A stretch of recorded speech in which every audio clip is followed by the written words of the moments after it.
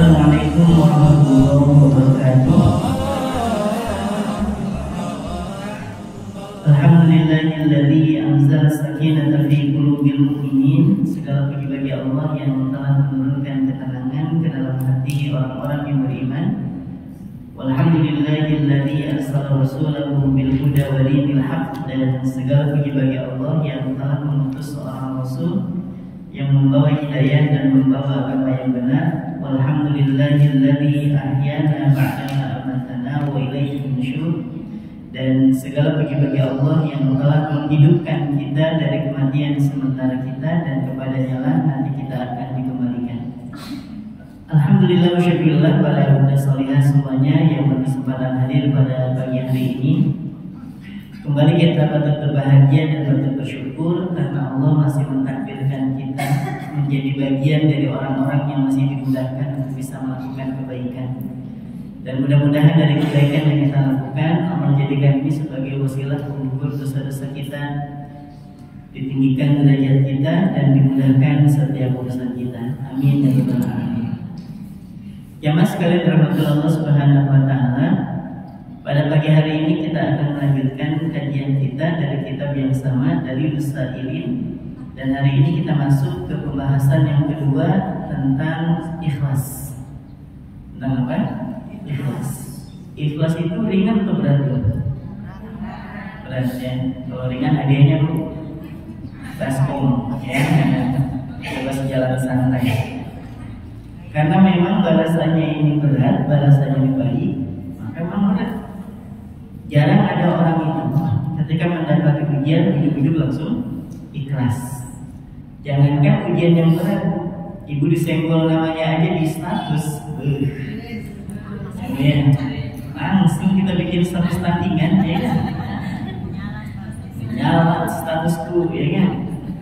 Jadi jamaah sekalian kepada Allah Subhanahu wa taala, Imam Al-Ghazali itu pernah menyampaikan, orang itu ketika diuji, ketika berhadapan dengan satu ujian, maka sikapnya itu ada 5 paling tidak. Yang pertama godok. Godok itu marah, mencak-mencak gak tahu-tahu. Lisannya mencaci, hatinya nggak terima. Itu namanya apa? Godok. Ini seburuk-buruk perilaku. Yang kedua, orang itu ketika diuji oleh Allah Subhanahu wa taala ada tingkatan yang kedua, yaitu apa? Sabar. Apa yang kedua? Sabar. Sabar itu gambarannya gimana? Hatinya kurang bisa menerima, tapi lisannya terjaga. Bisa dipahami ya? Hatinya mungkin masih dongkol, masih kurang terlalu terima, tapi lisannya terjaga, tidak mencaci, tidak mengeluarkan kalimat-kalimat yang kotor. Maka Allah menyampaikan wabasyiris sabirin. Maka berikan kabar kepada orang-orang yang sabar.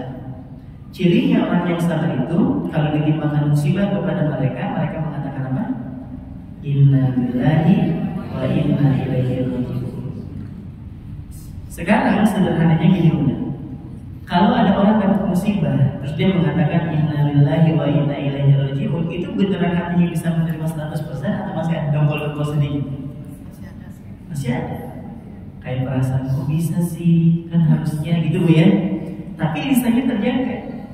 Dia mengucapkan innalillahi wa inna ilaihi raji'un.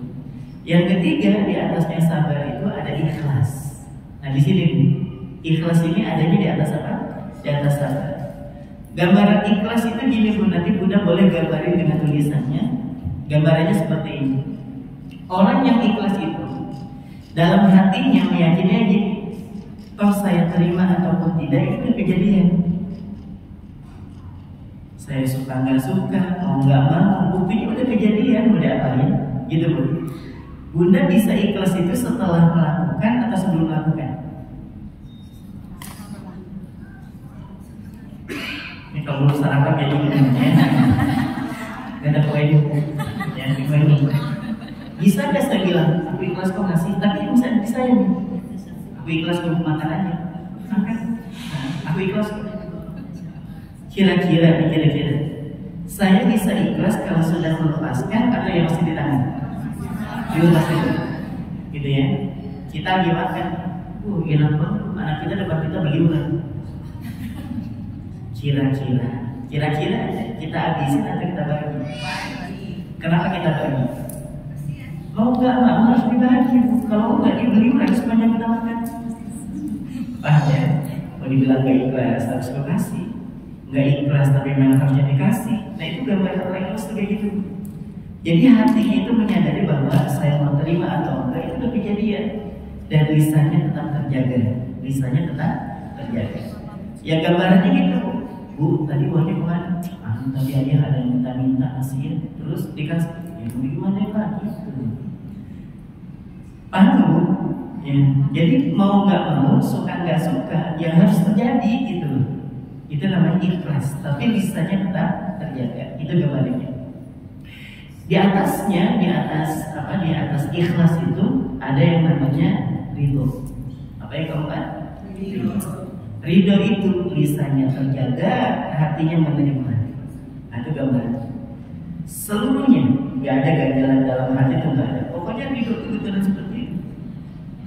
Yang keluar cuma kalimat-kalimat yang baik. Qadarullah wa masya'a fa'ala. Ini sudah menjadi ketentuannya Allah. Apapun yang Allah mau pasti kejadian. Nah kira-kira kalau Allah nggak mau pasti nggak bakal kejadian. Misalnya nih, ada orang kebakar, terus dia meninggal. Pertanyaan saya, orang ini meninggal gara-gara kebakar atau gara-gara takdirnya dia harus meninggal? Takdir. Buktinya apa Ustaz? Buktinya Nabi Ibrahim. Sebab untuk membuat beliau itu meninggal sudah ada, yaitu api yang membara. Tapi kata Allah, jadilah engkau dingin itu api. Gitu ya. Jadi kalau ada orang terbakar, kita jangan bilang kayak gini, itu sih kalau masaknya itu diperhatikan itu kalau enggak gitu. Pokoknya kalau sudah kejadian, katakan kata Nabi, qadarullah. Ini semuanya sudah menjadi ketentuan Allah. Wa masya'a fa'ala. Apapun yang Allah mau pasti kejadian. Dan apapun yang Allah nggak mau pasti nggak bakal kejadian. Anak jatuh dari motor, itu bukan karena terlalu laju. Orang yang santai bawa motornya ada nggak yang jatuh? Ada. Itu tuh ketabrak tuh makanya meninggal. Ada orang ketabrak tapi nggak meninggal. Contoh lain satu lagi. Kemarin belum lama penerbangan dari mana? Dari India yang keluar dari Dubai. Itu kan pesawatnya meledak. Terus kita bilang coba kalau nggak meledak, nggak mungkin mati. Allah sisain satu. Ya satu orang yang masih hidup.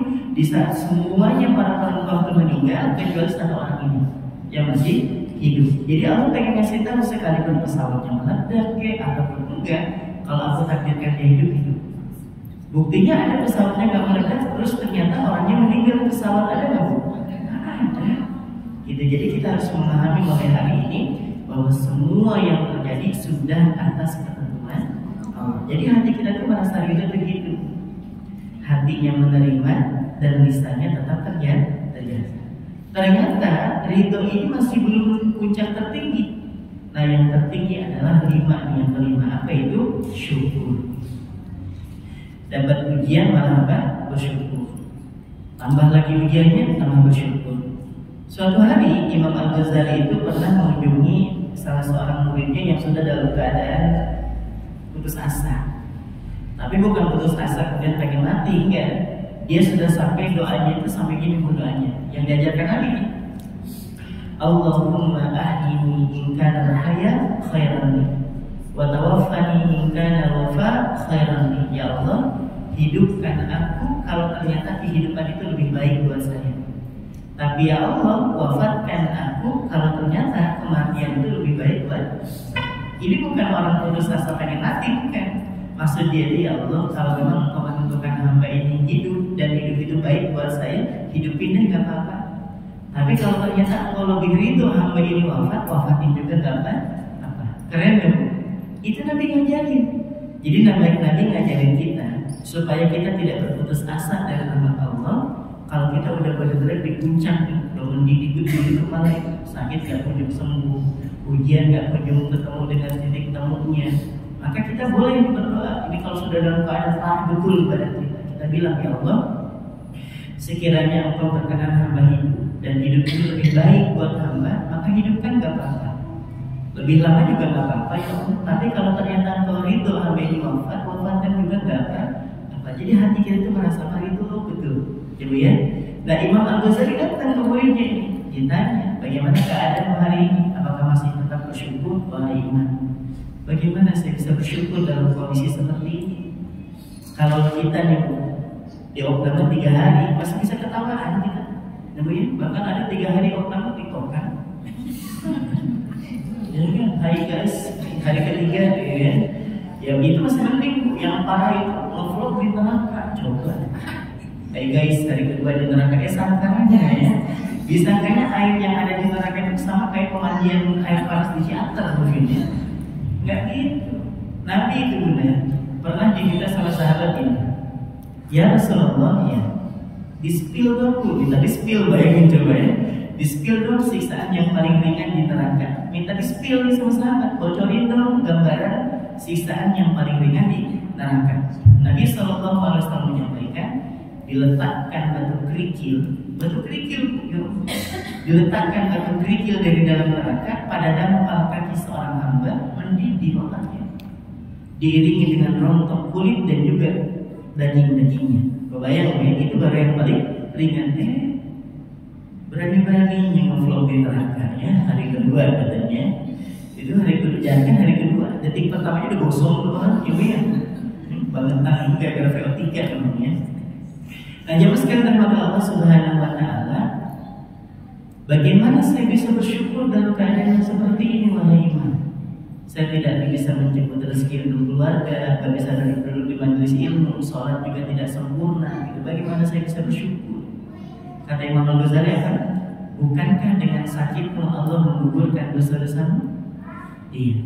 Bukankah dengan rasa sakitmu engkau lebih tenang dalam mengingat Allah? Ya, memang orang lagi sakit itu Bu ya, bawaannya ingatnya apa? Kalau nggak Allah nggak mati ya Bu ya. Yo, kasihan anak-anak masih kecil, udah pas sakit, ya, pas sudah sembuh aja Bu, heboh lagi goyangannya. Ayo ditekan lagi layarnya, ya, disawer pemirsa, ya, ya Allah, iya nunggu saweran, ini awal-awal itu ya, ya Allah, itu pas sakitnya memang kita ini lebih dekat sama Allah. Kan seperti yang sering saya ulang contohnya itu, kalau kita lagi sakit gigi, kalimatnya hikmah semua ya, Masya Allah.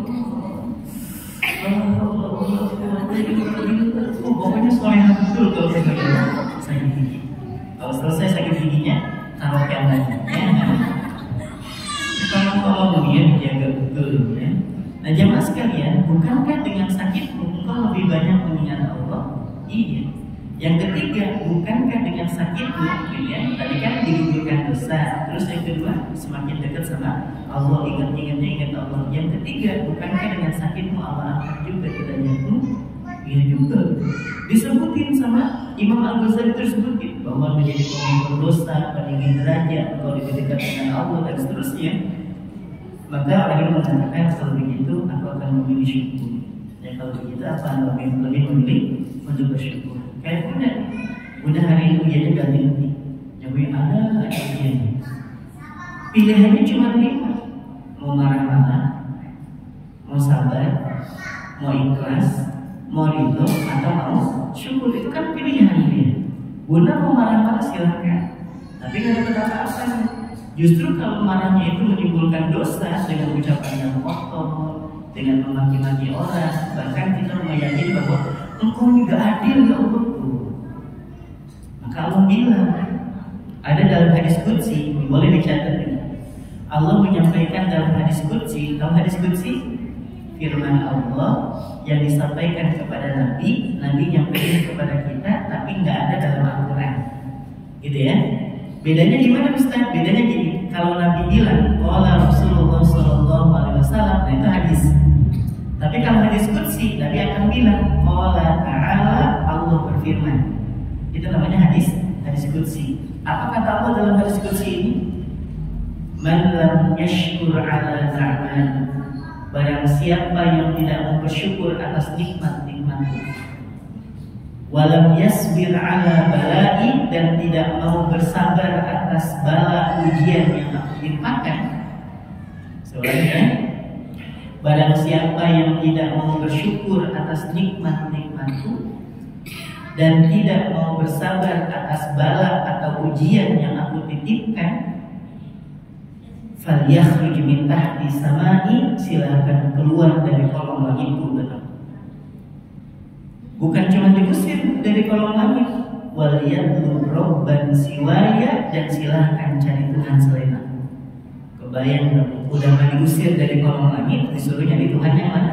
Yang lain. Kira-kira ada nggak Tuhan yang lain? Gak. Kalau kita dengan rasa, ya Allah, kayaknya kok gak adil deh ngasih rezeki ini. Kok bisa-bisanya saya loh rajin tahajud, puasanya udah puasa Daud, bahkan saking solehannya sampai ke Ramadan dia puasa Daud, dia sehari puasa sehari enggak gitu. Pas Ramadan gitu, ke bawah solehannya sampai ke Ramadan ya. Saya ini kurang solehan apa ya Allah? Tahajud tiap malam, duha tiap pagi, baca Quran hari-hari, sedekah paling rajin. Kenapa ujiannya gak berhenti-berhenti? Nah, kalau kita masih merasa bahwa Allah ini gak adil, gak bisa memenuhi kebutuhan kita, Allah itu salah ngasih ujian, kata Allah apa? Silahkan keluar dari kolong itu. Kita mencari kolong mana dulu? Kolong meja. Kolong meja juga masih di bawah kolong langit. Coba, jangankan nyari Tuhan yang lain, kita untuk nyari kolong langit yang lain pun kita nggak bakal bisa ketemu. Ini bahasanya udah nggak ada pilihan, udah terimain aja gitu nunggu, ya paham ya?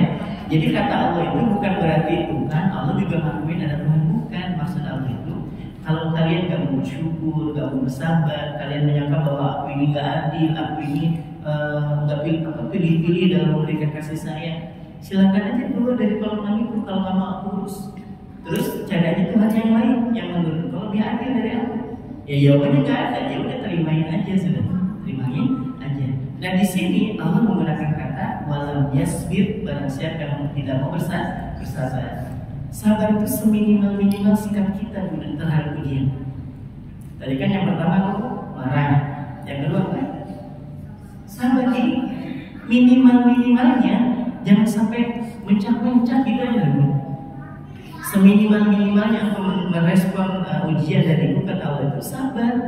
Sabar itu walaupun hati kalian tidak bisa menerima seutuhnya, tapi jangan mengucapkan kalimat-kalimat yang kotor, jangan mencaci, jangan mencela, jangan menyalahkan Allah. Tetap katakan inna lillahi wa inna ilaihi raji'un. Nabi SAW ketika Ibrahim itu akan menghadapi sakaratul maut, anak Nabi kan ada 7. Apa lu? Anak-anak Nabi ada 7 orang, 3 laki-laki, 4 perempuan. Pertama Qasim, Abdullah, Ibrahim, Zainab, Ruqayyah, Kaltum. Bentar. Cocok jadi guntikan ya. 7 anak Nabi. Nah, 3 anak Nabi yang laki-laki itu semuanya meninggal. Ya. Nah, nanti ada satu putri beliau ya sebelum beliau meninggal juga, yaitu siapa? Ummu Kulsum. Jadi Ummu Kulsum itu nabinya belum meninggal, Ummu Kulsum meninggal.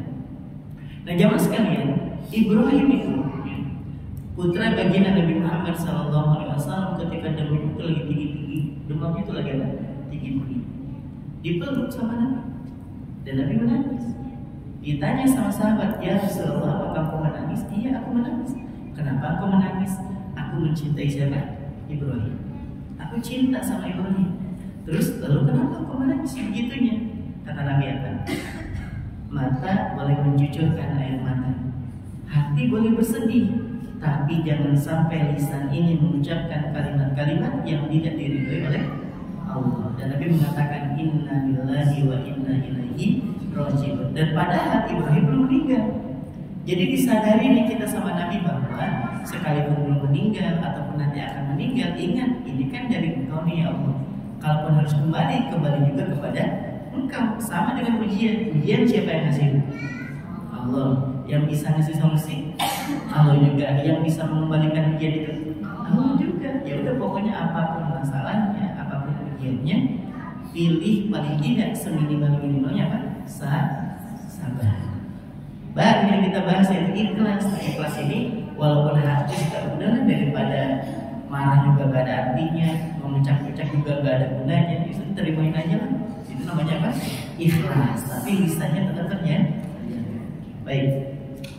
Yang pertama kita temukan dalam surah Ali Imran ayat ke-29.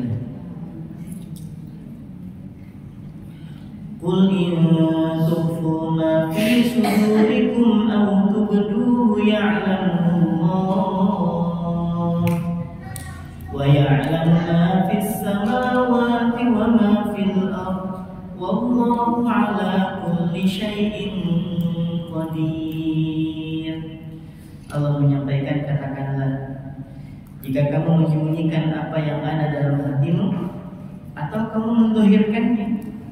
Kata Allah nih, Allah berfirman, kamu mau sembunyiin dalam hati ke, mau kamu terang-terangin ke itu masalah, pasti Allah mengetahui.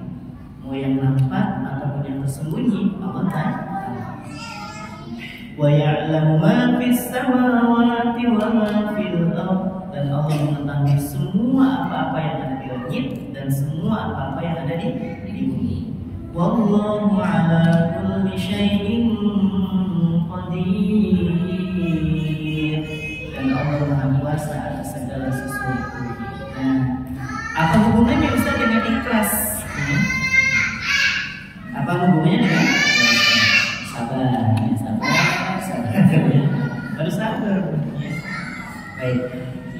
Di sini apa hubungannya dengan yang kita bahas?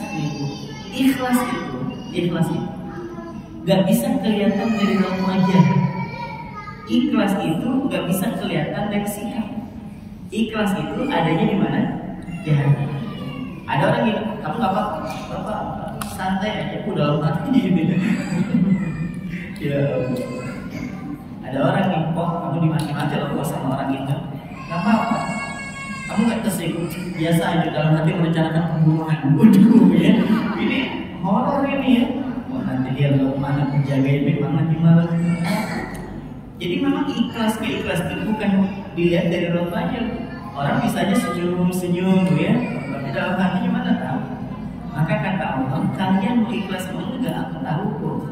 Ya, maka yang penting itu adalah menjaga hati dan meyakinkan bahwa apa yang kita sembunyikan dan apa yang kita terang-terangkan itu Allah tahu, gitu aja ya. Jadi poin yang pertama adalah kita mau sembunyiin kekecewaan kita mau terang-terangin, Allah tahu. Gak usah pakai ya Allah kenapa aku gak adil, gak usah. Dalam hati aja Allah tahu. Itu yang disebut sebagai soidul khotir, lintasan yang ada di dalam hati. Jangankan diomongin, baru terlintas saja dalam hati, Allah tahu nggak? Baik. Selanjutnya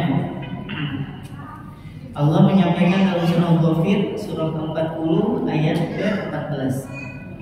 Fad'ullah, maka sembahlah Allah.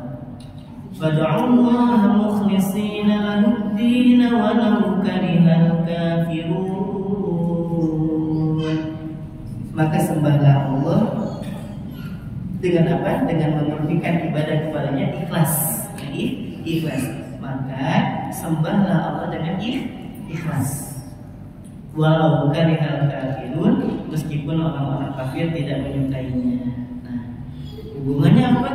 Apa hubungannya Ustaz orang kafir terus dikaitin sama ikhlasnya kita dalam beribadah? Ini benar. Jangan kenceng Bu ya, ini soalnya di luar juga ada saudara sebelah juga Bu ya. Saya ingin sampaikan kepada sekalian, kita orang beriman itu, ketika Allah perintahkan sholat, syarat dan rukun sholat itu udah dijelasin. Contoh misalnya syarat sahnya sholat, wudu, ya Bu ya, suci dari hadas dan najis gitu Bu ya, menutup aurat, gitu ya, terus kemudian nanti menghadap kiblat. Itu syaratnya sudah dijelasin oleh para ulama. Termasuk rukun-rukun sholat dari mulai niat, berdiri bagi yang mampu, takbiratul ihram, baca Fatihah, ruku, i'tidal, sujud, itu semuanya sudah clear. Kalau punya sholat sampai uring-uringan, sholatnya sah nggak? Sah sholatnya. Selama syarat dan rukunnya terpenuhi, sholatnya sah. Bunda sambil sholat, syarat dan rukunnya terpenuhi, tapi ketika ada suara pakai memang ya. Mana baru rakaat kedua ya Bu ya, Allah baru juga berdiri setelah rakaat kedua pakai. Kalau sholat sunnah dan itu mengganggu, kita masih bisa punya pilihan ya Bu ya, masih punya pilihan. Tapi kalau sholat wajib gak ada pilihan kecuali menyelesaikan. Nah, kebayang nggak Bu mana pakai yang Kita nih kata Ustaz, kalau pas lagi sholat maka tinggikan suara takbirnya.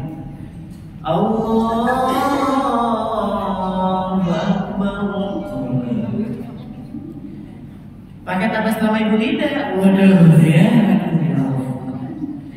Sami Allahu liman hamidahu.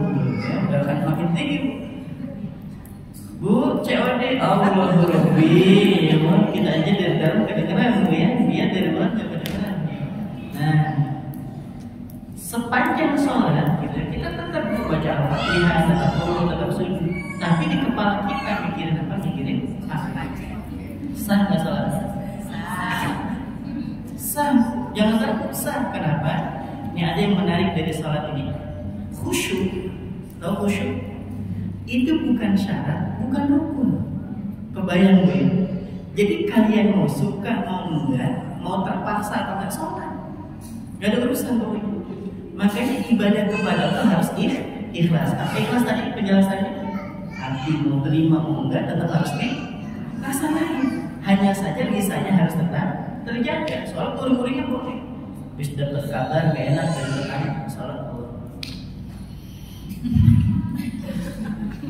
Ingat lisannya harus terjaga. Tetap baca, jangan sampai wah ini memang ya Allah, kalau dia ada pesawat jatuhkan pesawatnya. Nah, sepanjang sholat kita ngomel, sah sholatnya gitu aja Bu. Jadi ikhlasnya gambar seperti itu. Mau suka nggak suka tetap dijalani. Puasa ibu mau ikhlas nggak ikhlas gitu ya, mau terima nggak terima tetap harus dijalani.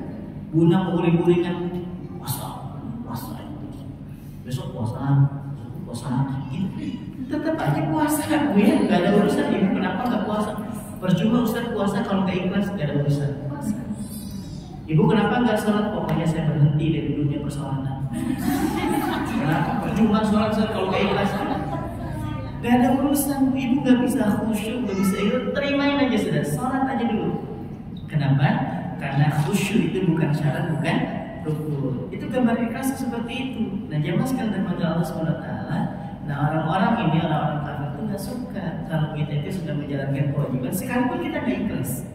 Kita kumpul-kumpul di masjid, mau niatan kita ikhlas mau enggak, mereka nggak suka. Kenapa? Karena sebentar lagi misalnya ini pasti sebentar lagi kebangkitan Isa akan hadir. Nanti jangan-jangan nanti mereka akan berkumpul menegakkan satu syariat. Mereka nggak suka.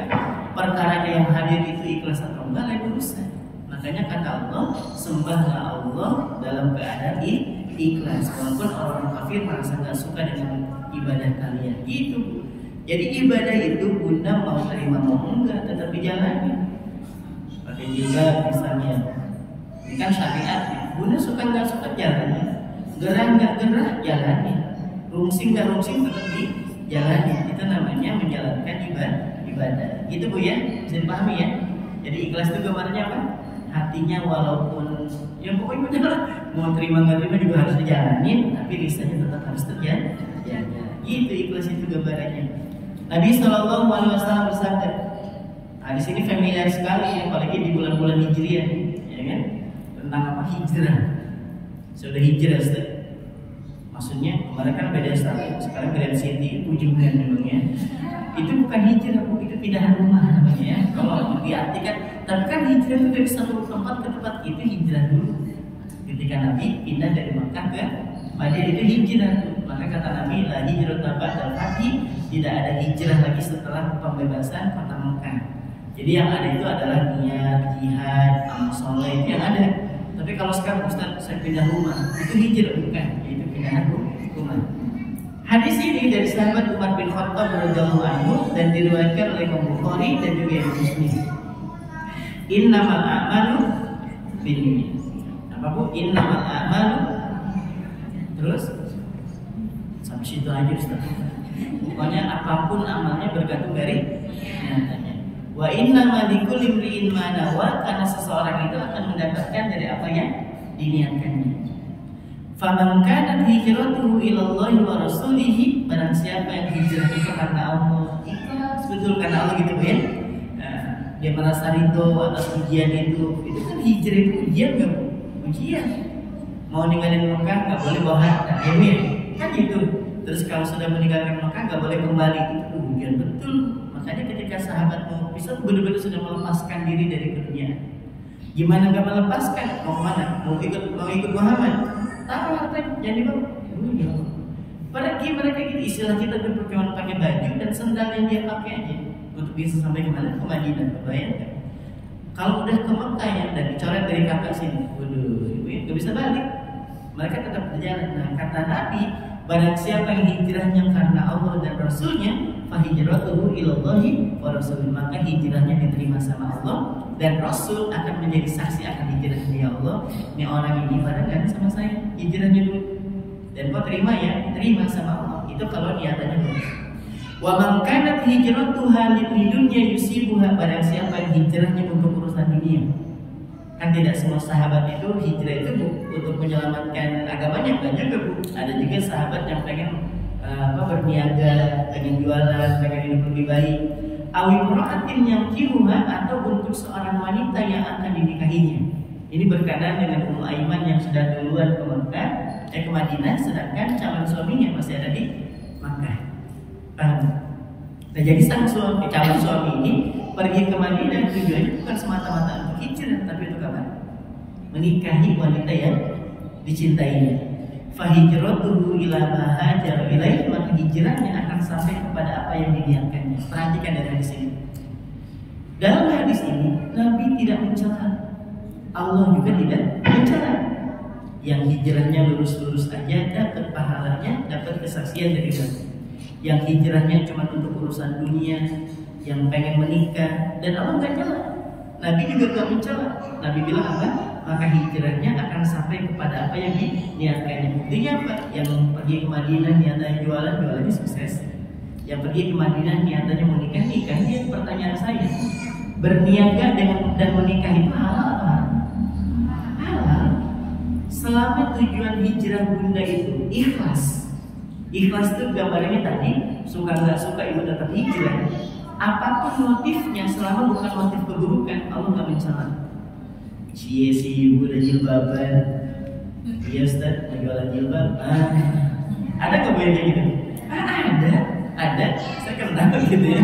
Ustaz, saya ini pakai jilbab sekarang. Kenapa? Ustaz, bukan pakai jilbab. Oh, masya Allah. Celak jangan nih orang itu. Dicelak jangan nih. Kenapa? Ya Allah, dia saat live TikTok itu jual pakai jilbab aja udah untung. Paling tidak dia saat menampilkan di depan umum dia tidak membuka auratnya. Paham di sini ya? Jadi apapun motifnya, selama bukan untuk menipu, motifnya bukan untuk keburukan, biar ya Bu ya. Jadi ada orang yang pakai gamis, lebar-lebar gamisnya. Ibu masya Allah gamisnya lebar, ya bukan pakai baju syari gitu ya. Boleh nggak Bu? Iya. Namanya juga orang hijrah selama motifnya bukan itu. Contohnya gimana? Ustaz, saya pakai jilbab lebar sekarang. Kenapa? Biar gampang nipunya. Kan kalau jilbab lebar orang kan mudah terpedaya, ya kan? Ini bukan sedang meremehkan para bunda yang pakai jilbab lebar, ya. Saya ingin kembali meluruskan. Kalau bunda nih jilbabnya agak pendek, agak panjang, mau lebar sekalian, itu udah keren banget sebenarnya. Yang salah itu adalah motif dibalik pakai jilbabnya. Misalnya Ustaz, saya pakai jilbab, biar orang kalau udah percaya dengan saya mudah nipunya. Coba kalau saya tampilan urakan, terus ujung ada umur kemana? Coba ya Bu ya, nggak pakai nutup aurat, tersingkap bagian dadanya kelihatan, ayo Bu, umur dengan saya, umur kemana? Kita apa sih orang ini gitu? Paham di sini ya? Selama motifnya bukan untuk menipu, bukan untuk keburukan, silakan. Allah nggak mencela. Nah ini kerennya orang ikhlas itu di situ. Ibu ikhlas. Ibu gimana ikhlasnya? Ikhlas Ustaz. Ya pokoknya ikhlas aja. Dalam hati itu saya agak gimana gitu. Itu udah keren banget. Udah keren banget. Makanya buat para bunda soalnya semuanya, saat proses hijrah itu bukan langsung ujuk-ujuk pengen saya lebih baik Ustaz dari dia. Kan saya diingetin termasuk sama Ustaz yang lain bahwa tujuan hijrah kita itu kita pengen lebih baik dari diri kita sebelumnya. Jangan pengen lebih baik dari orang lain. Masih ingat saya kasih contoh waktu itu. Kalau ibu niatannya pengen hijrahnya pengen lebih baik dari orang lain, kalau sudah sampai pada yang diniatkan, maka itu akan jadi sombong. Tetangganya bilang, tetanggamu sudah jilbaban, semana jilbabnya segini, aku loh segini. Udah ya. Datang lagi seminggu, kok tetanggamu sudah segini jilbabnya, aku loh segini. Udah ya, sepusat. Kok tetanggamu jilbabnya sudah sampai, paham, besok aku pakai mukena. Karena memang tujuan hijrahnya dia pengen lebih baik dari orang lain. Coba kalau tujuan dia hijrahnya pengen lebih baik dari diri dia sebelumnya. Bu, kok jilbabnya masih segini? Dulu lah aku jilbab ya. Bu, coba lihat bajunya loh masih ini, bu kurang aja dikit-dikit ya bu panjangnya nih. Dulu lah aku pakai you can see my ketek ya. Kayak gitu. Nah sekarang udah nah doain gitu kan, biarin aja, doain yang baik-baik. Syukur-syukur kalau memang ibu punya solusi, kasih dia gamis. Kan banyak gamis yang bagus bu ya, atau jilbab yang bagus yang baraknya ada di pajak-pajak kamu, baraknya sisanya, ya sisanya. Baik lanjut. Iya sisanya pokoknya ya. Nah, yang kedua, Nabi Shallallahu Alaihi Wasallam bersabda, Inna Allah la yanzuru ila ajsadikum. Sesungguhnya Allah tidak memandang ke badanmu, kondisi tampilan fisikmu. Jadi sesungguhnya Allah tidak melihat fisik tubuhmu, ya, fisik luar. Wala ila suwarikum, dan juga tidak kepada apa suara itu, suara tampilan wajah, ya, tampilan wajah, tinggi pendek, hitam putih, sawo matangan, ya, bahkan cenderung agak busuk sedikit, ya. Kalau saya lihat saya bu, ya ini horor jadi kayak saya lah gitu ya. Itu gambarannya. Itu Allah nggak mandang itu. Pokoknya Allah tuh nggak melihat fisik, nggak melihat rupa, gitu ya. Walakin gitu ya, tapi Allah Subhanahu wa taala yang dulu ila qulubikum, melihat keadaan hati kalian. Bukan berarti setelah ini para bunda pakai bajunya acak-acakan. Saya bunda pakai baju yang dijahit dari kalung boni. Ibu kenapa pakai itu? Allah tidak memandang fisik, bukan gitu bu, enggak. Habis ini buka mandi, ya, ketek berhamburan, ketek gitu ya, pokoknya bau ngiler di mana-mana gitu kan. Coba mandi, Allah tidak memandang fisik. Iya. Memang hadisnya betul, tapi cara memahami kita yang salah. Ada orang yang satu tampilannya biasa, memang baju yang dia beli cuma itu. Yang satu tampilannya mewah betul, tapi inces memang gitu ya. Pokoknya kalau dia jalan tuh belakang 1 meter gitu ya, lebihannya itu pokoknya apa aja, tai ayam, tai kambing, bersih. Dia lewat jadi pembersih. Ini saatnya kayak princess pokoknya, nggak dapat tampilannya kayak princess. Yang satu tampilannya biasa aja. Nah di sini kalau dalam hal ibadah, dalam menutup aurat, bukan panjangnya, bukan mewahnya, tapi Allah lihat apa? Hatinya. Karena kalau dibilang Allah melihat fisiknya, dua-duanya ruku, dua-duanya sujud, dua-duanya menghadap Allah, dua-duanya lisannya memuji, alhamdulillah wa syukur, dua-duanya sama. Cuman kan yang paling tahu ikhlas dan tidaknya siapa? Allah. Nah untuk hal yang seperti ini yang dilihat adalah hati. Bunda sedekah 5.000, yang lain sedekah 50 juta. Yang dilihatnya bukan cuma tampilan-tampilan 50 juta dan 5.000-nya, dilihat juga apa? Hatinya. Memang Bunda punya uang cuma segitu-gitu aja udah lain. Paham sih dia? Jadi Allah itu adil, termasuk kemarin baru dapat ilmu dan saya sampaikan kepada para bunda waktu itu. Adilnya Allah itu kepada kita, ini kaum muslimin ya pada khususnya, meletakkan kebahagiaan itu bukan pada tempat, tapi di mana? Di hati. Jadi kebahagiaan, ketenangan itu Allah tidak tempatkan di satu tempat. Sekiranya Allah meletakkan kebahagiaan, ketenangan itu di satu tempat, maka kita yang belum pernah ke sana, belum pernah mengunjungi tempat itu, maka mustahil untuk bisa bahagia, bisa tenang. Misalnya nih Allah meletakkan kebahagiaan dan ketenangan itu cuma di Eropa. Nah kita yang belum ke Eropa, bisa tenang, bisa bahagia nggak? Gak bisa jadinya. Tapi adanya Allah, sekalipun kita nih rute kehidupannya, rumah Indomaret balik lagi ya, rumah Maksi balik lagi, rumah Pasar Buntut balik lagi. Tapi Allah titipin kebahagiaan betul itu. Jadi bisa nawar yang 5.000 jadi 4.500 jadi bahagia. Ya Bu ya? Iya, bahagia betul juga.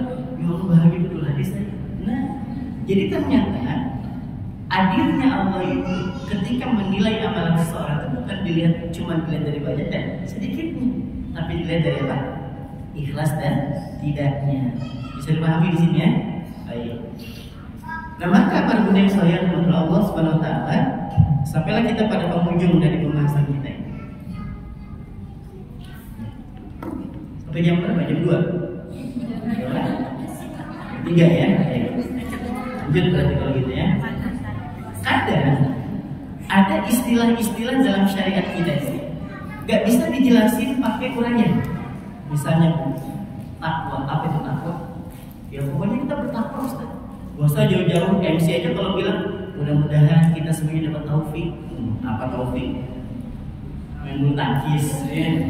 Kalau kita dapat taufik dan hidayah itu cocoknya taufik, hidayah jadi coba. Kadang ada, gitu ada terminologi dalam agama kita itu yang nggak bisa dijelasin pakai penjelasan misalnya ikhlas itu apa? Itu kita ngira-ngira aja berat tuh, ikhlas itu apa ya? Ya pokoknya kamu harus ikhlas. Nah, coba ibu ngajarin anak-anak ikhlas itu gimana? Nah, kalau masih orang harus ikhlas itu apa? Pokoknya ikhlas. Ya gimana? Ya pokoknya kamu ngasih karena ikhlas aja sudah. Kata ternyata apa sih ikhlas itu gitu Bu ya? Dan ternyata bukan cuma ikhlas, kayak sabar, kayak apa? Merasa cukup terkonaan. Itu kadang nggak bisa diartikan cuma secara bahasa. Makanya para ulama ketika menjelaskan tentang ikhlas itu ada yang pakai syair, ada yang pakai perumpamaan, ada yang pakai istilah. Kalau saya boleh memberikan satu istilah, boleh dicatat, boleh ingat. Tapi kalau punya status kasih hashtag. Ya. Ikhlas itu, kalau boleh saya umpamakan ya, ikhlas itu seperti ruh dalam jasad. Seperti ruh dalam jasad. Ketika ruh ini sudah meninggalkan jasad, jasad ini hanya sebatas seonggok jenazah. Hanya seonggok apa? Jenazah. Dibilang bernilai gak ada lembutan. Coba ibu misalnya suami meninggal, nginap aja seminggu di rumah. Sampingan kalau masih turun, beb sehat. Gimana sehat kalau udah mati? Ya udah meninggal. Coba gambarin aja dulu deh. Gak usah pasangan hidup, orang tua deh. Ya, yang sudah meninggal ya. Kalau yang belum meninggal kan dibayangin nanti bisa durhaka gitu ya. Orang tua kita meninggal, udah nggak ada darahnya. Coba ibu nemenin 2 malam gitu ya.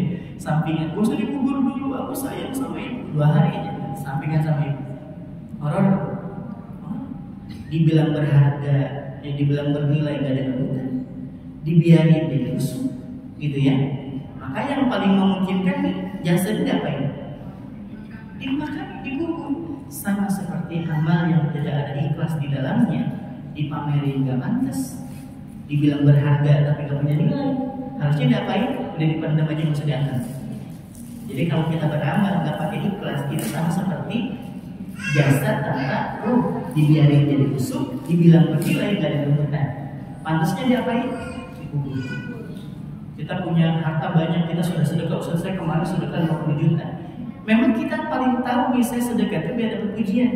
Gak usah dihitung, udah gak usah dihitung sudah. Dipendam aja sudah, gak usah diingat-ingat, gak ada nilainya gitu, gak ada apa. Itu kalau dari saya. Selanjutnya,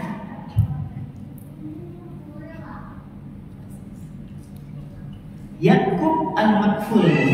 Yakub al-Makful rahimahullah ta'ala berkata, al-mukhlisu man yaktumu hasanatihi kama yaktumu sayyi'atihi. Ibu boleh dicatat. Jadi kata siapa? Yakub al-Makful. Al-Makful, M-A-K-F-U-L. Salome. Yakub al-Makful.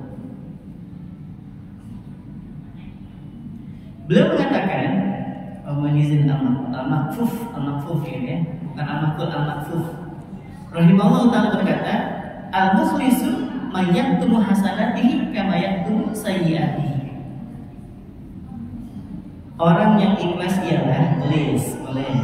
Orang yang ikhlas ialah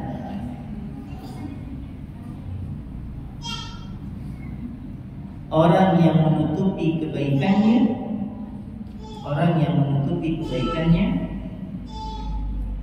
seperti ia menutupi keburukannya. Soalnya sekali lagi, orang yang ikhlas itu adalah orang yang menutupi kebaikannya sebagaimana dia menutupi keburukannya. Kita punya keburukan, berani nggak Bu kita sebarin ke yang lain? Berani nggak kita bikinkan status? Alhamdulillah semalam gibah sampai jam 3. Oh, ya, gak lain memangnya. Gitu. Biasanya kalau orang tuh punya keburukan, disimpan aja. Nah, harusnya menyembunyikan kebaikan juga saat sama seperti saat kita menyembunyikan keburukan. Itu ikhlas kayak gitu gambarannya. Kalau bisa, apa umpamaan dalam bahasa Islam? Kalau tangan kanan memberi, tangan kiri kayak ikut mengetahui. Itu gambarannya.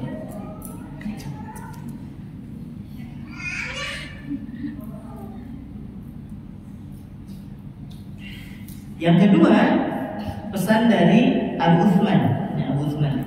Seorang ulama juga beliau mengatakan al-ikhlasu nisyanu ru'yatil khalqi bidawami nadhari ila al-khaliqi faqat. Ikhlas itu, kata beliau ya, Al-Uthman ini beliau mengatakan ikhlas itu ialah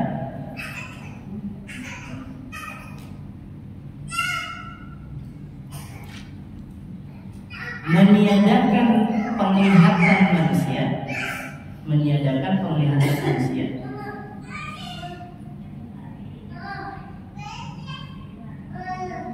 dan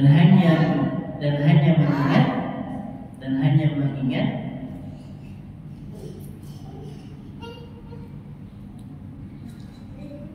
penglihatan Allah saja. Udah mau sederhanain pakai bahasa Sunda boleh. Jadi artinya itu dia menyampingkan pandangan dari manusia karena dia lebih mementingkan pandangannya Allah. Itu nanti orang itu kayak gitu, orang itu sedih. Yang melakukan kebaikan ada yang muji biasa aja, ada yang nyaci biasa aja, ada yang tahu juga biasa aja. Karena yang dia harapkan itu pandangan dari Allah. Dan terakhir,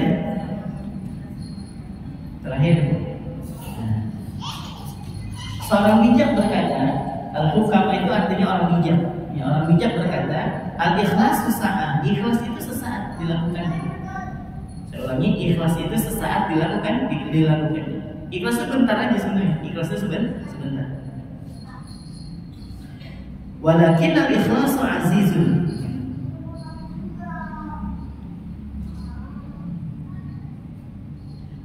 Ikhlasu sa'atin najatul abad, walakin al-ikhlasu azizun.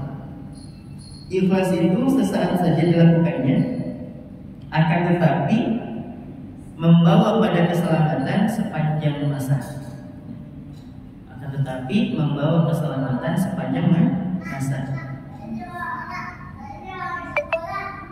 Walakin al-ikhlasu azizun, tapi ikhlas itu sungguh berat. Selangi ya. Jadi ikhlas itu dilakukannya sesaat aja, bentar aja. Jadi ikhlas itu sebentar aja sebenarnya. Tapi bisa memberikan keselamatan sepanjang masa. Ikhlasnya sebentar, tapi manfaatnya dirasakan terus menerus. Ibu sedekah 5.000 hari ini, ikhlas betul karena Allah, gitu ya, ikhlas. Dan ternyata sampai kita meninggal pahalanya masih tetap ngalir. Itu Bu ya, ikhlas itu sebentar aja. Ibu punya duit 1 juta. Bismillah ya Allah, saya cuma punya 1 juta. Saya sedekahin saya infakin buat masjid yang lagi dibangun. Taruh di masjid, gitu ya. Datang ke panitia, ini kan lagi dibangun. Nah, tolong dijadikan semen kayak atau batu kayak benar 1 juta. Ikhlasnya saat itu aja. Ikhlasnya saat itu aja. Sebentar aja, paling 5 menit aja nyalakannya Bu ya. Nah, tapi kemaslahatannya akan dirasakan sepanjang masa, selama masih tetap ada, pahalanya tetap ngalir kalau ikhlas.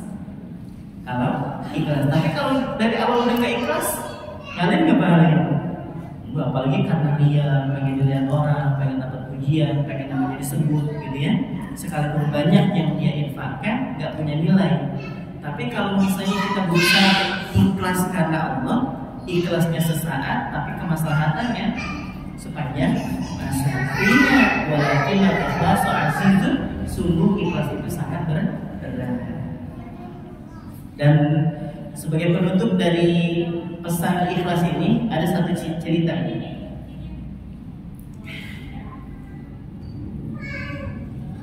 Dari Muqatil bin Shalih Al-Khurasani. Khurasan itu berarti mana? Iran. Ya, Khurasan itu Iran. Dulu ya dikenal sebagai Khurasan. Muqatil bin Shalih Al-Khurasani berkata,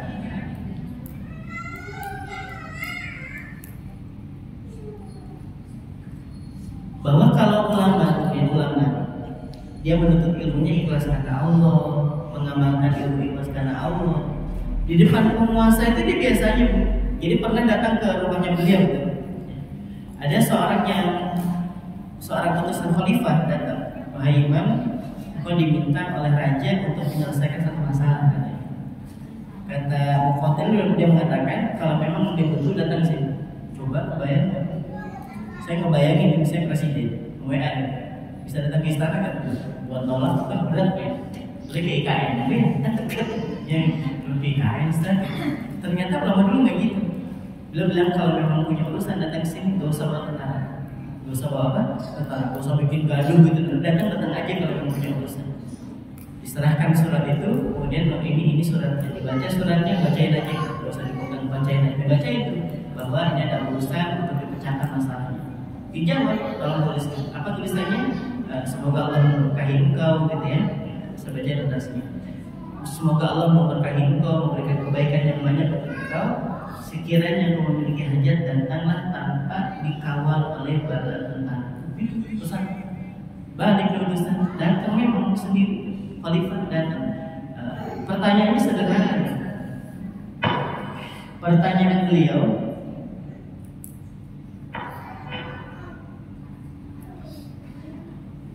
jadi ada seorang ayah mempunyai 2 orang anak. Satu di antara mereka sangat dia sukai. Jadi pertanyaan khalifah ini gini bilangnya, wahai imam, ada seorang ayah punya 2 anak, dan si ayah ini lebih suka kepada salah satunya. Dan sebelum meninggal, dia berwasiat untuk apa? Memberikan hartanya itu ke anaknya yang dia sukai. Supaya apa? Supaya kalau dia meninggal kan tinggal sedikit warisannya. Nanti biar bisa dibagi 2. Apa jawab syekhnya? Belum mengatakan. Nabi SAW bersabda, jika Allah ingin mengazab seseorang hamba karena hartanya, maka orang itu dibuat berwasiat secara curang di akhir hayatnya. Ini menjadi dalil bahwa gak boleh kita ini kalau bisa punya anak 3, kita cuma suka sama yang 2, yang 1 kalau kita suka. Nah saking gak sukanya sebelum kita meninggal, kita kasih ini sebagai hadiah, nah, ini buat kamu, ini buat kamu, tapi ini gak dapat. Nanti ketika meninggal hartanya udah sedikit, dibagi 3. Dibagi apa? Dibagi 3. Itu kata Nabi, kalau Allah itu menghendaki Allah akan mengazab seorang dengan hartanya, maka Allah akan dia buat berwasiat sebelum meninggalnya dengan wasiat yang curang. Maka nggak boleh, nggak boleh. Tapi kan Ustaz boleh berwasiat sepertiga dari harta waris, boleh, boleh. Tapi kalau niatan kita gara-gara nggak suka dengan anak yang satu ini, gitu ya, maka tetap itu dihukum apa? Orangnya akan mendapatkan azab dengan apa? Hartanya. Gak boleh dia berwasiat dengan apa? Dengan cara tulas seperti itu, karena mungkin si A lebih rajin, si A lebih soleh, si ini kurang soleh. Gak boleh. Nah, bahkan kemarin ada yang nanya, Ustaz, gimana kalau ada seorang wanita karirnya sukses, karirnya bagus, meninggal, gak punya suami, gak punya anak. Gimana punya anak, punya suami? Tapi kan ada juga ya, nah, misalnya si perempuan ini Ustaz, dia wanita karir, sukses, tapi belum meninggal. Ketika meninggal hartanya banyak. Hartanya apa? Banyak. Datang bapaknya yang gak pernah lulus, ditinggal kita aja pas lagi kecil, ditinggal, dipisah, udah ibu dan si anak cuma berdua dididik betul si anak, dijaga betul. Dia si ibunya jadi buruh cuci dan sebagainya, dia cerita. Terus akhirnya datang minta hak waris, dapat nggak? Tapi kan Ustaz, kenapa? Gak adil kan?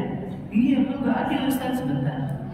Gak adilnya versi siapa? Versi Anda kan, yang melihat bahwa si ayah ini meninggalkan si anak ketika masih kecil, ketika sudah jadi wanita karir banyak hartanya, meninggal datang minta hak waris. Buat kita kan gak adil, benar gak? Kok bisa seorang kayak gitu? Nah, dalam syariat kita tetap dapat. Nah, berapa? Si ibu 2/3, si ayah 1/3. Dibagi. Kok bisa? Memang gitu aturannya. Hanya saja nafkah itu kewajiban siapa? Si ayah. Maka si ibu boleh nuntut itu sebagai piutang. Kalau misalnya nih harga 300 juta, harga berapa? Si perempuan ini kita kayak meninggal, harganya 300 juta. Berarti kalau si ayah berapa? 200 dong, yang punya 2/3, 200. Si ibu 100, kelihatannya gak adil kan? Si ibu boleh nuntut nih, si anak ini sebelum dia sukses, aku yang ngasih makan, aku yang nyekolahin, dia butuh belum banyak betul. Nah, dihitung semuanya. Jadi berapa? 150 juta. Dia bisa kuliah, dia bisa kerja, hari-hari belum dapat kerja, ibunya yang ngasih apa? Uang jajan. Jadi berarti dihitung 150 juta. Bayarinnya? Dibayar. Ingat, harta itu haram dibagikan kecuali diselesaikan urusan utang-utang. Kan si wanita ini juga punya uang 300 juta, si ibu haknya 100 juta, si ayah 200 juta. Sekarang dia nggak ngurus, tapi si ibu boleh nuntut hak itu. Bilang dihitung semuanya 150 juta, 150 juta dikasih ke si ibu, yang 50 juta untuk si ayah. Coba paham sini ya? Itu yang ujung-ujung mana adil Ustaz? Bukan dalam syariat Islam kayak gitu. Perkara nanti dia di hadapan Allah dicatat sebagai orang yang tidak adil, itu urusan dia dengan Allah. Nanti dia kamu menelantarkan anak bla bla bla di sisa, itu kan urusan. Tapi secara hukum waris memang seperti itu. Mau nggak bang? Paham ya? Nah, baik, jamaah sekalian dirahmati Allah, itu yang pertama kisahnya. Pokoknya kalau ketika ditanya sama dia, wahai iman, itu khalifah loh. Sampai datang ke sini, apa kata beliau? Sekiranya engkau menuntut ilmu ikhlas karena Allah, maka penguasa sekalipun akan tunduk di hadapan kamu. Tapi kalau menuntut ilmunya karena memang pengen dapat ujian, kedudukan, engkau yang akan datang ke mana? Ke penguasa itu untuk minta jabatan lah, minta bagian rezeki. Itu masa ikhlas. Yang kedua, terakhir, udah terakhir yang ketiga gue. Nah, penutup. Sebelum kita ke tanya jawab. Diceritakan dalam kitab ini, ada seorang panglima besar. Ini akan membebaskan satu benteng, Bu. Di benteng begini, Bu. Nah, samalah kayak gini, Bu. Waktu Turki sekarang ini terkenal, sebelum dibebaskan oleh siapa? Sultan Fatih. Ya, sebelum dibebaskan Sultan Fatih itu punya benteng panjang betul. Susah untuk dilalui. Maka dikepung ini benteng lama berbulan-bulan. Bayangkan kaum muslimin mengepung benteng ini berbulan-bulan. Sampai kemudian ada salah seorang mengatakan, ini kita gak bakal bisa tembus kecuali kita buat golong-golong. Kita buat lubang, nanti kalau sudah tembus ini kita buka dari dalam. Lalu kita menunggu instruksi, bala tentara masuk ke kota. Silahkan digali. Nah, udah selesai laporan ke panglima utus beberapa orang untuk masuk ke gorong-gorong. Nanti kita akan buka sama-sama. Kita taklukkan dulu nih yang penjaga gerbang ini, baru boleh kita buka dari dalam. Masuk akhirnya disetujui oleh panglima. Udah masuk aja, masuk beberapa orang, masuk ke dalam, dibuka dan diserang. Dalam satu malam kota itu dikuasai oleh kaum muslimin. Besoknya kata panglima bilang, siapa yang menggali terowongan itu, hadirkan kepada saya, nanti akan saya kasih hadiah yang banyak. Sehari nggak ada, 2 hari ketiga nggak ada, sampai hari kelima, kebayang nggak? Sampai hari yang kelima datang nih orang. Wahai Kaisar, wahai panglima, mau tahu siapa yang gali lubang? Iya, siapa? Dia punya 3 syarat. Kalau kau bisa memenuhinya, maka aku akan tunjukkan. Apa syarat yang pertama? Jangan kasih hadiah. Yang pertama ya. Yang kedua, jangan diumumkan. Yang ketiga, jangan dipanggil lagi. Apa syaratnya? Yang pertama, jangan dikasih hadiah. Yang kedua, jangan diumumkan. Yang ketiga, jangan dipanggil lagi. Kata panglima mengatakan, aku menanggupi 3 syarat. Dia mengatakan apa? Aku yang menggali. Balik badan dan pergi. Ingat, mau dipanggil, ingat pesan yang ketiga, nggak boleh dipanggil. Kebayang kebunan, itu mana ikhlas yang sesungguhnya. Jadi saat kita melakukan, kita nggak pengen ngarepin apa-apa kecuali hanya mengharapkan ridhonya Allah. Itu ikhlas namanya. Itu namanya ikhlas. Dan ikhlas dalam beramal itu bukan hanya sebatas saat melakukan amal soleh. Meninggalkan keburukan juga harus ikhlas.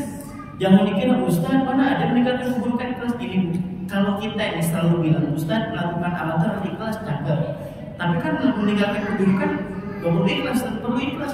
Karena ada orang yang meninggalkan keburukan tapi niatannya bukan karena Allah. Ibu kenapa nggak nyuri? Ustaz di sini miskin semua. Coba. Berarti kalau kaya nyuri kan?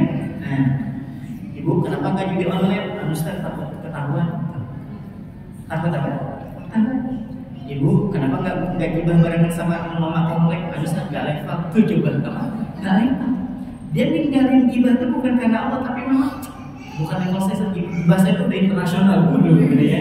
Gibahnya bukan level-level ulama kompleks, udah high class gitu kan. Coba. Jadi dia meninggalkan kemaksiatan itu bukan karena Allah, tapi karena yang lain. Makanya melakukan kebaikan harus ikhlas, meninggalkan keburukan juga harus ikhlas. Wallahu a'lam bishawab.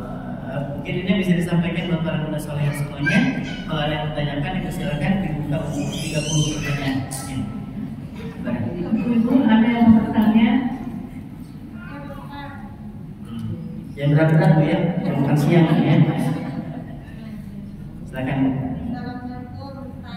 Assalamualaikum. Tanya tentang orang sering ngasih, tapi ujung-ujungnya diceritain sana sini itu artinya ikhlas atau Baik. Bismillahirrahmanirrahim. Kita ada orang banyak berbagi kebaikan, tapi itu storynya hari-hari gitu. Ya. Story ceritain. Apakah itu ikhlas, Ustaz? Ikhlas itu tadi sudah disebutkan bahwa ikhlas itu ketika ada seorang yang menyembunyikan kebaikannya sebagaimana orang itu menyembunyikan keburukannya. Ini idealnya. Apa? Idealnya. Tapi apakah bercerita itu termasuk tidak ikhlas? Ingat, ikhlas itu letaknya di mimik wajah atau di hati? Dari ucapan atau dari hati? Hati, gak ada urusan dia mau cerita, mau enggak, mau sembunyikan, mau terang-terangan. Makanya kata Allah ketika menyampaikan alladzina yunfiquna fis-sarra'i wad-dharra, orang-orang yang menyedekahkan hartanya, menginfakkan hartanya dalam keadaan lapang maupun sempit, dan dalam keadaan sembunyi-sembunyi maupun dalam keadaan terang-terangan. Dua-duanya mulia. Dua-duanya mulia. Ada orang kalau masih sedekah itu sembunyi-sembunyi, orang gak ada yang tahu. Atau digantung aja di depan apa? Depan rumahnya ada kan? Ada. Biasa juga kan gitu. Tapi masya Allah. Ada. Pas sudah kita makan, masya Allah. Udah selesai makan baru di grup. Dan mohon maaf ada kan yang di rumahnya kecantilan ikan bakar? Kecantilan dari kami. Ya iya. Itu kemarin ya. Ada kan di antara ini bapak ibu yang rumahnya kecantilan apa? Ikan bakar. Udah habis lagi itu ikan bakar ya Allah. Makanya kalau ngomongin itu konfirmasi ini salah rumah ternyata. Nah, jamaah sekalian dari Allah Subhanahu wa taala, ada orang itu ngasih itu diam-diam enggak ada tahu. Tapi ada juga orang itu kalau ngasih itu harus ada dokumentasi. Harus ada fotonya gitu ya. Perkara ikhlas itu urusan hati seseorang dengan Allah. Dia mau nyebarin, mau diceritain itu bukan karena kita bilang itu ikhlas atau enggak. Jangan. Karena ada satu kaidah, jangan-jangan bukan dia yang ria, tapi hati kita yang dengki. Jadi saat orang lain dia menceritakan kebaikan, biarin aja. Toh juga ada perintahnya, Ustaz. Mana ada perintahnya menyampaikan kebaikan? Ada. Fa'amma bini'mati rabbika fahadits. Maka atas nikmat Tuhan bicara. Allah yang kemarin tuh alhamdulillah aku diperkenankan umroh. Boleh nggak? Kemarin alhamdulillah waktu si adik dari kelas sempat aja kita sedekah 1 juta. Boleh nggak? Silakan, nggak masalah. Selama kita bisa menjaga hati. Kalau nggak bisa, udah dipendam aja. Tapi kalau nggak bisa, dipendam aja. Tapi kalau bisa, silakan ceritain nggak apa-apa. Itu Bu ya. Jadi masalah diceritain atau tidak itu tidak mengurangi nilai pahala. Yang mengurangi itu kalau ada ujub, takabur, sombong, merasa diri lebih baik dari orang lain, ada riya di dalamnya, ada nggak ikhlas, itu yang bisa mengurangi nilai pahala. Alhamdulillah ya Allah, Kau bangunkan hamba di sepertiga malam. Pikirkan status ramai, gitu kan? Masalah tabarakallah. Iya, ya. Banyak nggak status dia, komen-komen baik, gitu kan? Boleh kan? Silakan. Selama kita bisa menjaga hati. Dan kalau kita melihat ada status orang kayak gitu, kan itu ria nih orang. Jangan-jangan bukan dia ria, tapi hati kita jadi ya. Ustaz itu Mbak itu tuh hari-hari nge-share status kebaikan aja, ceramah aja hari-hari gitu kan. Jangan-jangan tuh pengen dipandang aja sama orang tuh. Jangan bukan dia yang pengen dipandang, tapi hati kita yang bermasalah. Nah seperti itu. Jadi tidak mengurangi sedikit pun nilai pahala kita, karena mengurangi itu ujub, takabur, riya, gak ikhlas. Selama kita ikhlas, mau diceritain boleh, gak juga Boleh. Ibu mau sedekah terang-terangan boleh? Boleh. Sembunyi-sembunyi? Wallahu a'lam. Ibu-ibu ada lagi mau bertanya? Ya. Sama kasih nih. Ini soft spoken ya. Lembut kali ini ya. Oke. Assalamualaikum. Salam. Saya mau bertanya di luar tema nih. Umpama kita sholat subuh, Ustaz, tahiyat akhir kita sudah baca di tengah-tengah tahiyat itu kita tertidur, Ustaz. Nah, itu sudah namanya ngantuk. Habis itu kita udah sadar dari mana tadi kita baca. Itu batalkah atau harus gimana, Ustaz? Baik. Bismillah, wassalatu wassalamu ala Rasulillah wa ba'd. Kalau wudu, tidur itu tidak membatalkan wudu selama kan gitu ya, selama catatannya apa? Tidak bergeser dari tempat. Kita yakin kita nggak keluar sesuatu dari gugur, gitu ya. Tapi ada seorang ulama itu pernah bilang ini. Awalnya aku berprinsip seperti itu, sampai aku menemukan saat lagi sholat ada orang depan tuh lagi dengerin khutbah tidur, buang angin. Namanya orang tidur, bu, nggak sadar dia buang angin kan? Kayak satu kredit buang angin itu kan tahu tuh. Nah pas ketika iqamah dikumandangkan dia bangun berdiri dan sholat. Nah dari situ aku berpendapat bahwa kalau orang tidur itu bisa membatalkan wudu gitu ya. Tapi kalau sholat ketiduran, aduh ya, insyaallah bangun tidur ya bu ya. Jadi ini jelas sebagai jangankan sholat wudunya aja batal. Ya. Saya ulangi ya, jangankan sholatnya wudunya aja batal. Tapi kalau nyep hilang gitu ya, nyep langsung bangun ya, biasa gitu ya, saking ya bahwasanya kita aja kita Malik yaumid. Iya kan aku juga iya kan ini dengan suratul mustaqim gitu kan. Nah, yang lepas baru kayak ini termasuk ketika tahiyat dan kita rasa memang kita sadar kita tidur maka batal. Kita sadar kita tidur. Tapi kalau hanya sebatas kayak tidur gitu ya, benar-benar kayak tidur. Tapi kalau kita benar ngerasa tidur itu batal. Tapi kalau cuma apa sih bahasanya? Sekejap mata lah bahasanya kayak asyhadu an la ilaha illallah, itu nggak batal. Tapi kalau kita sadar kita tertidur itu namanya batal. Pas sujud imam sudah Allahu Akbar, udah duduk di antara sujud, pas lagi imamnya sujud kedua Allah kita bangun, baru sujud lagi itu tidur namanya. Nah, soalnya batal. Tapi kalau pas lagi Allah bangun gitu kan kayak apa sih sebutnya bahasa ilmiah tidur sebentar pas lagi ngendara kan bu? Apa namanya bu? Itulah bu, bukan yang lain ya, bahasa ibu juga saya juga. Jadi pas lagi ngendara tuh kayak nah itu gak batal. Tapi kalau kita sadar kita tidur itu batal gitu bener ya? Paham ya bedanya? Kalau cuma set itu gak batal, tapi kalau kita tidur kayak tadi berarti batal. Gitu ya? Wudunya gimana? Wudunya gak batal. Yang wudunya tidak batal. Baik kalau pas tahiyat dari subuh bangun asar. Ini kan bukan cuma sholatnya, tapi yang wudunya juga batal.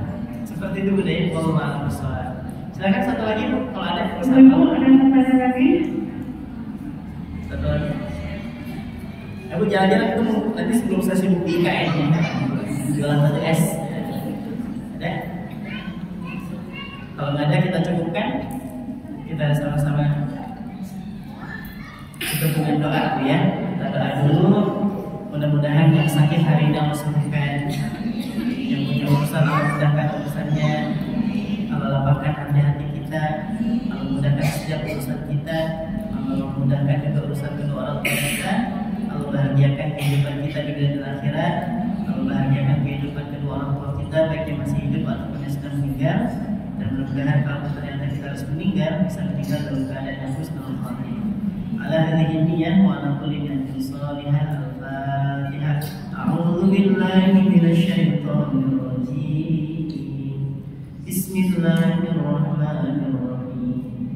Alhamdulillahi rabbil alamin. Ar-Rahmanir Rahim. Maliki yaumiddin. Iyyaka na'budu wa iyyaka nasta'in. اهدنا الصراط المستقيم صراط الذين أنعمت عليهم غير المغضوب عليهم ولا الضالين.